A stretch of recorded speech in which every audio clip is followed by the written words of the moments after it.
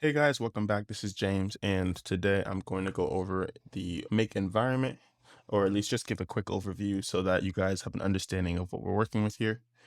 So if I go over here to the make site and create a new scenario, this screen will pop up with this big purple plus, and right here is the entirety of the make environment, right? So on the bottom left, we have all of our different controls from scheduling, controls, tools, and favorites. And I will explain in quick, brief detail what each one of these do. And I'll start by, for example, I'll add a Microsoft email module for sending emails. And I'll just go ahead and fill this here with sample text for the sake of for the sake of our test right here. So click OK, and I'll save it. Now, essentially, I'll go from top to bottom what everything is and what it does. So what you saw right here, this is the save button. You click this and this saves your scenario. This is very important when you're creating automations because throughout the process of creating different automations, always what you want to make sure you do is save them. Because if not, things won't work properly. Things can actually break or things might not work as intended. So you always want to make sure that you're hitting the save button continuously throughout any changes or modifications that you make throughout the automation editing process.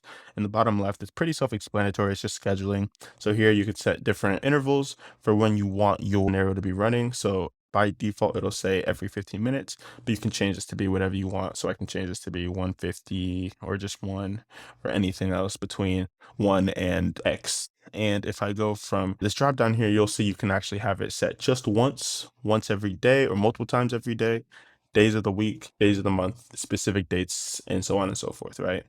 Pretty simple, pretty self-explanatory, right? So if I go to, this is the auto align tool. These are the only two that we're actually going to be using throughout the course, the save tool and the auto align tool.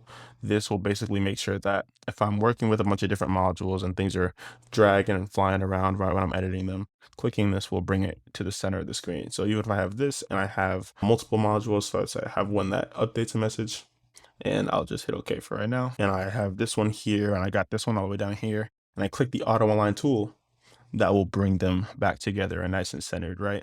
So pretty simple, pretty self-explanatory. The favorites will just add whatever your I'm sorry, your recent module is. So basically it's more of a recent tab than a favorites tab, but it'll automatically add different module types that you use here. So if I add a new one, and I use Gmail, or actually I feel like I'll use Google Drive just so that we have a little bit more variety instead of just having a bunch of email stuff.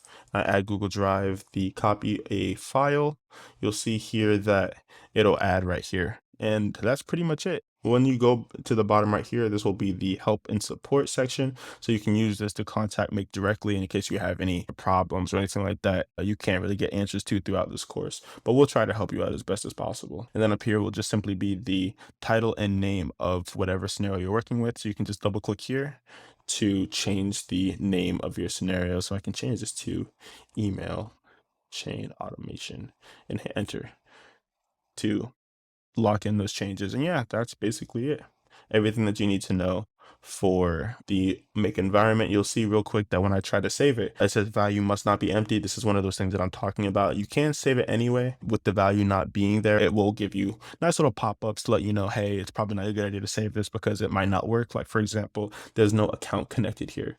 So if I don't add an account, then it might not work if I save it anyway, because it probably recognizes that you would want something connected there. So yeah, that's a quick overview of the make environment.